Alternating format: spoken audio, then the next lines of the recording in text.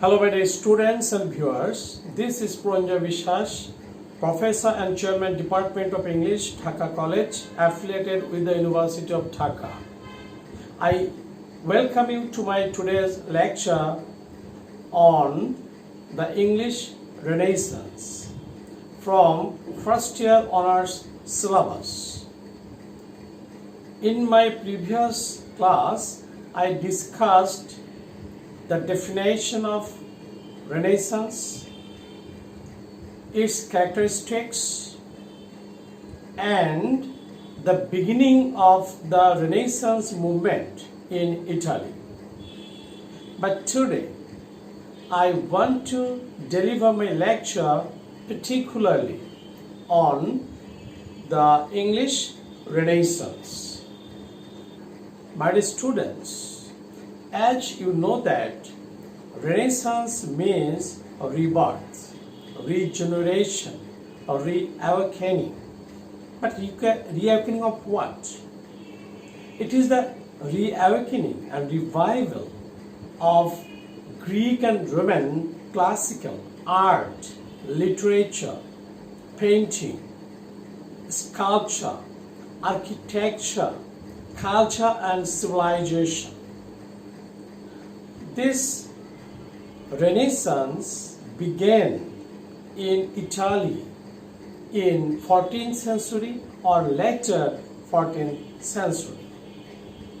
The surge that started from Italy entered in Germany in the 15th century, and German Renaissance was mainly reflected in poetry. The wave of Renaissance then reached England during the 16th century, and Renaissance of England was mainly reflected on English drama as well as poetry. However, we can divide English Renaissance period into some subcategories of periods that I am going to focus. The English Renaissance period began in early 14th century, that is from 1500, and it reached up to 1660. This long period of English Renaissance is divided into almost 5 periods. The first period is called the Reformation period, from 1500 to 1550, and this period is called the early childhood of English Renaissance. Then the second phase, which is called the Elizabethan period, and this period extended from 1558 to 1603. That is the regime of Queen Elizabeth I. And this period is called the youth and the manhood of the English Renaissance.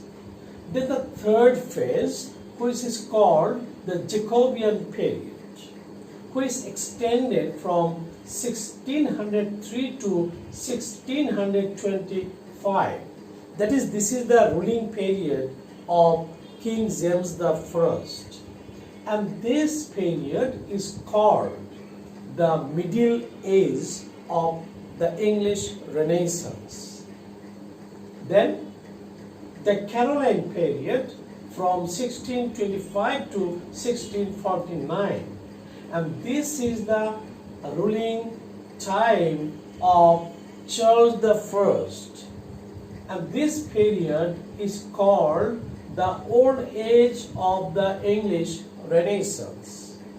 And lastly, the Commonwealth period from 1649 to 1660. And this is called the ending phase of the English Renaissance. In fact, the English Renaissance period covered 200 years, that is the 16th and 17th centuries. My dear students, there are some important events that heralded the English Renaissance.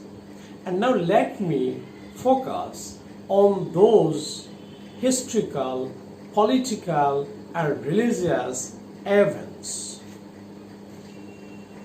At first, the Protestant movement or the Reformation movement that took place during the ruling of King Henry VIII. Now, what happened? Regarding a private or family issue of Henry VIII, there was a great crisis between the King Henry VIII and the then Vatican Pope. And this private issue gradually turned into a national issue, breaking the domination of the Vatican Church over Anglican Church.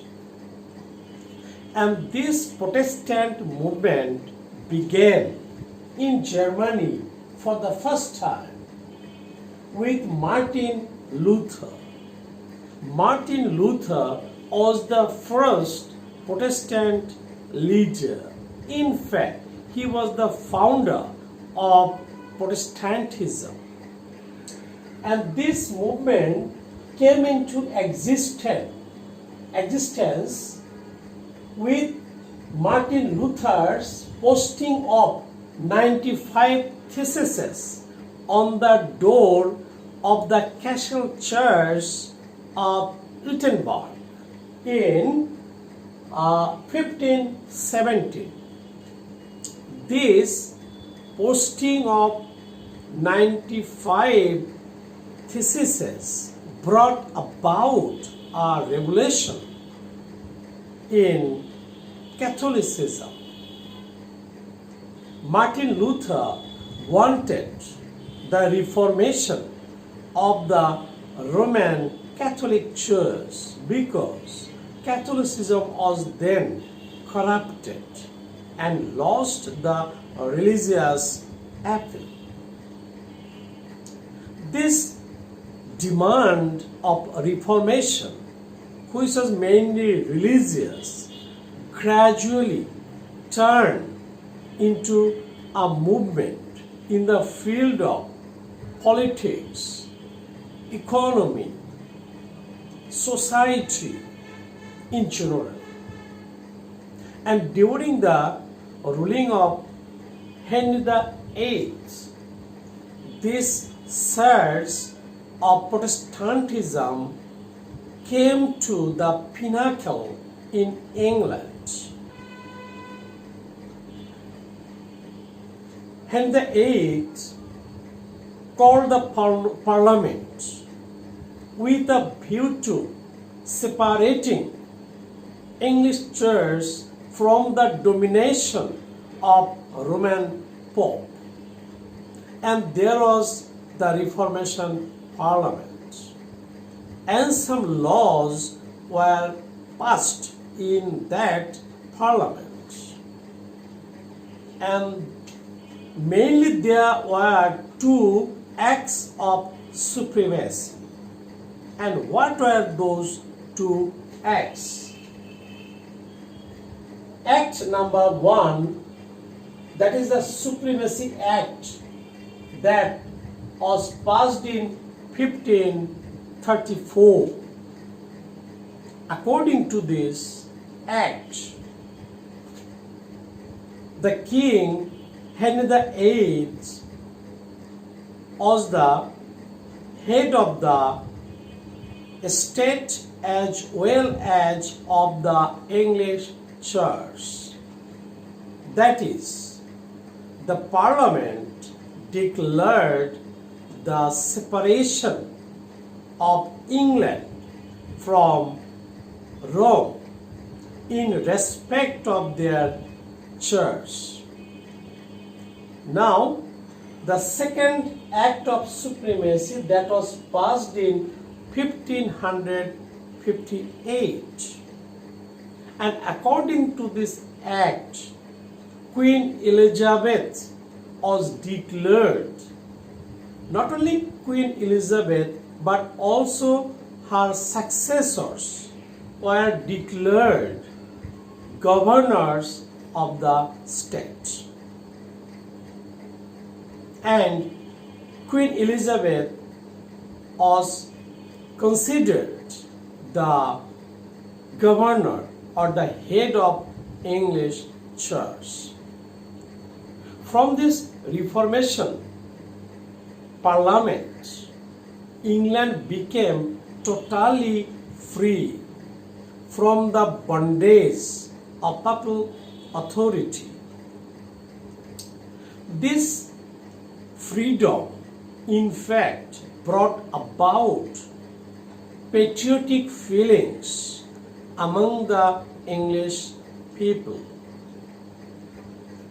Thus, the religious movement turned gradually into a great political, historical, social, and economic revolution in England. And this paved the way for the English Renaissance. Another important factor that was involved in this Renaissance movement was the discovery of Copernicus and Galileo.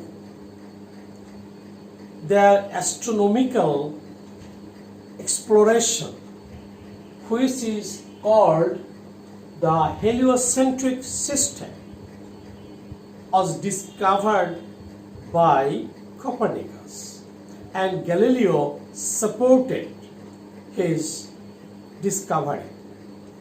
And this discovery was against Ptolemy. Copernicus proved that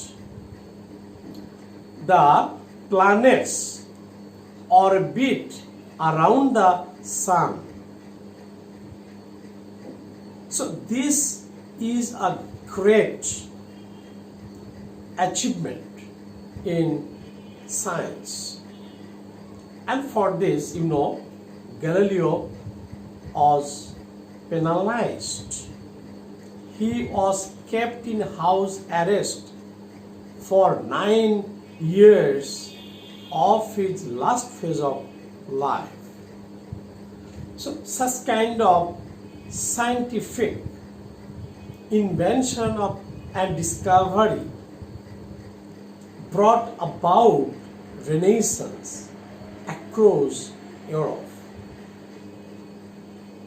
And another important discovery is the discovery of America by Columbus that happened during the period of 1492. And another important aspect of Renaissance was the adventure and traveling. Vasco da Gama in India. He came to India through a sea route, and he is the first man He is the first European to come to India through this new sea route that linked the Atlantic Ocean and the Indian Ocean. This discovery of Vasco da Gama that took place on 20 May 1498 was a revolutionary event because it expanded the way of trade and commerce as well as imperialism.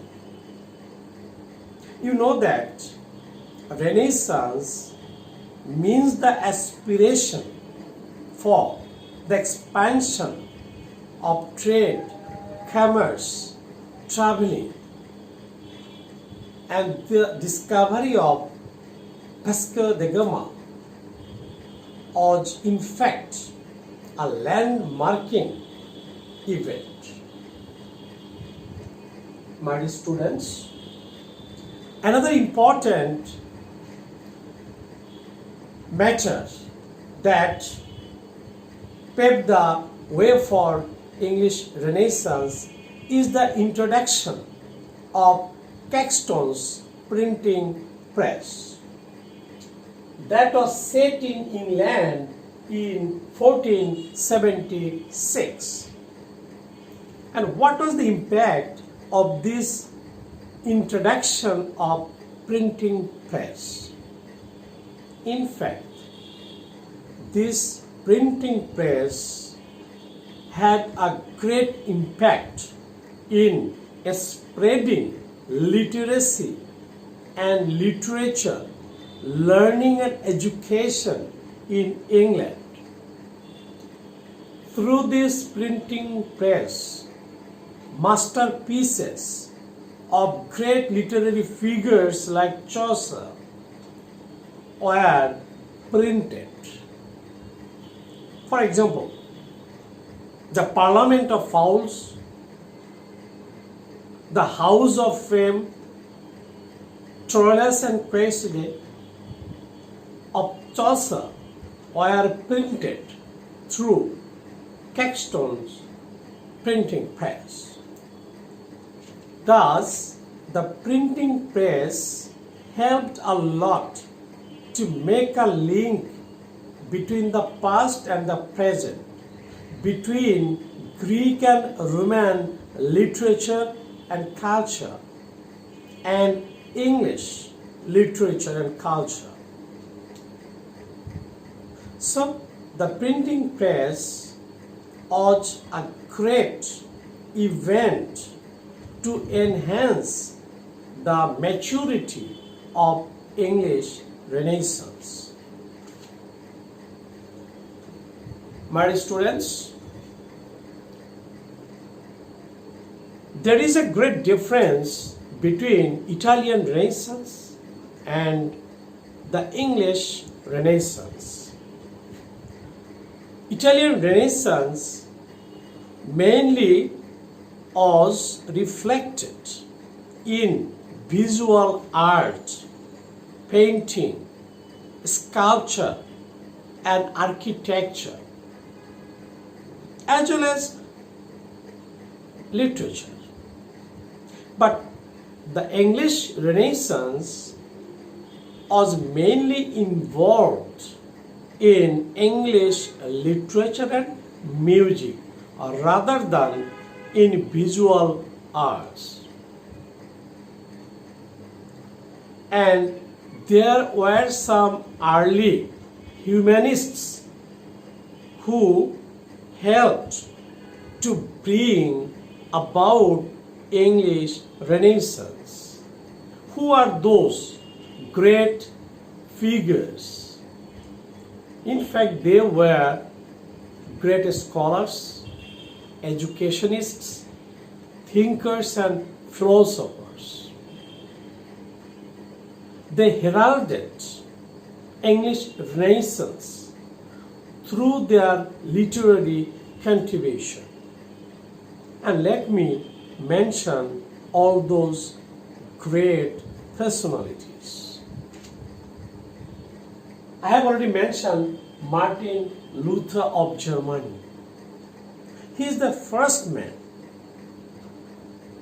who led the Protestant movement. And this Protestant movement, in fact, was a liberal religious outlook. This Protestant movement, led by Martin Luther, freed humanity from the suppression and oppression of religious orthodoxies and social dogmas. Before the spirit of Renaissance, people were in captivity of the darkened medieval age. This Renaissance also created a consciousness of humanism, individualism, as well as free thinking among people. And this is the contribution of Martin Luther. Then William Tyndale. This is the man who first contributed to translate the Bible into English language. And the translation of Tyndale was not only an act of religion, but it was a document of literature also. And the translation that Tyndale began, in fact, resulted in the authorized translation of the Bible by James I in 1611. Another important Renaissance humanist is Thomas More. His masterpiece is Utopia, which was published in 1560. Utopia is regarded as a true prologue to English Renaissance, because Utopia, in fact, was a manifesto, or the first manifesto of communism or socialism. It taught the people liberty, equality, and fraternity.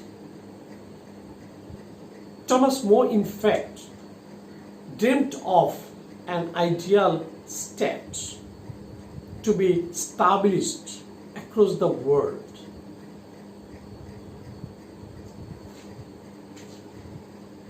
Then Erasmus. Erasmus was a Dutch philosopher, thinker,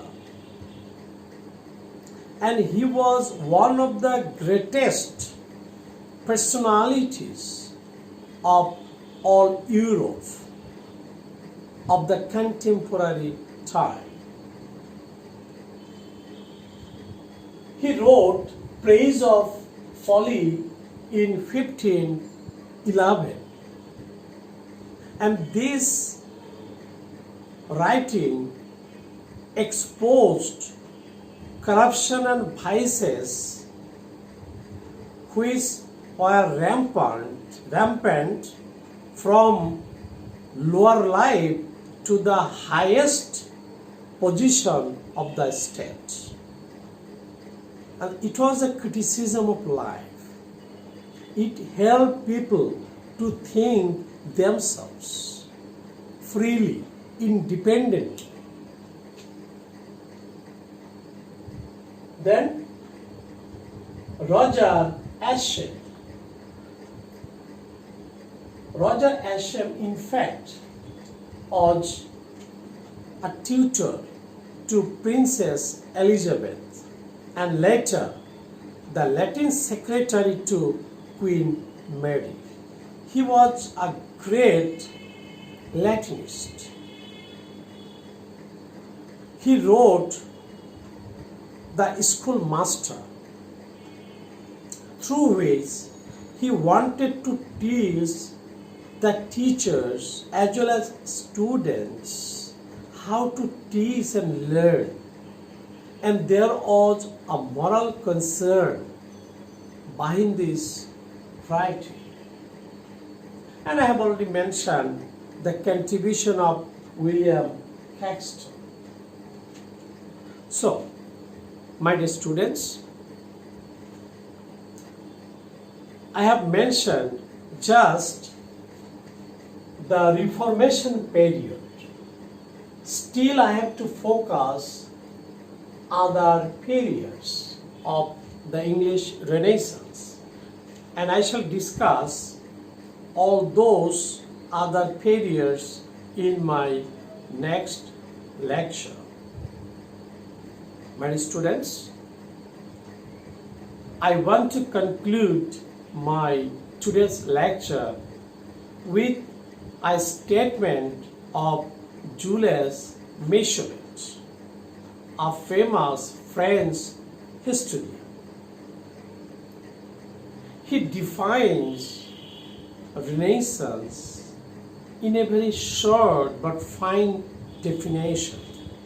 According to him, Renaissance means the discovery of the world and the discovery of man by man. In fact, humanism is above all.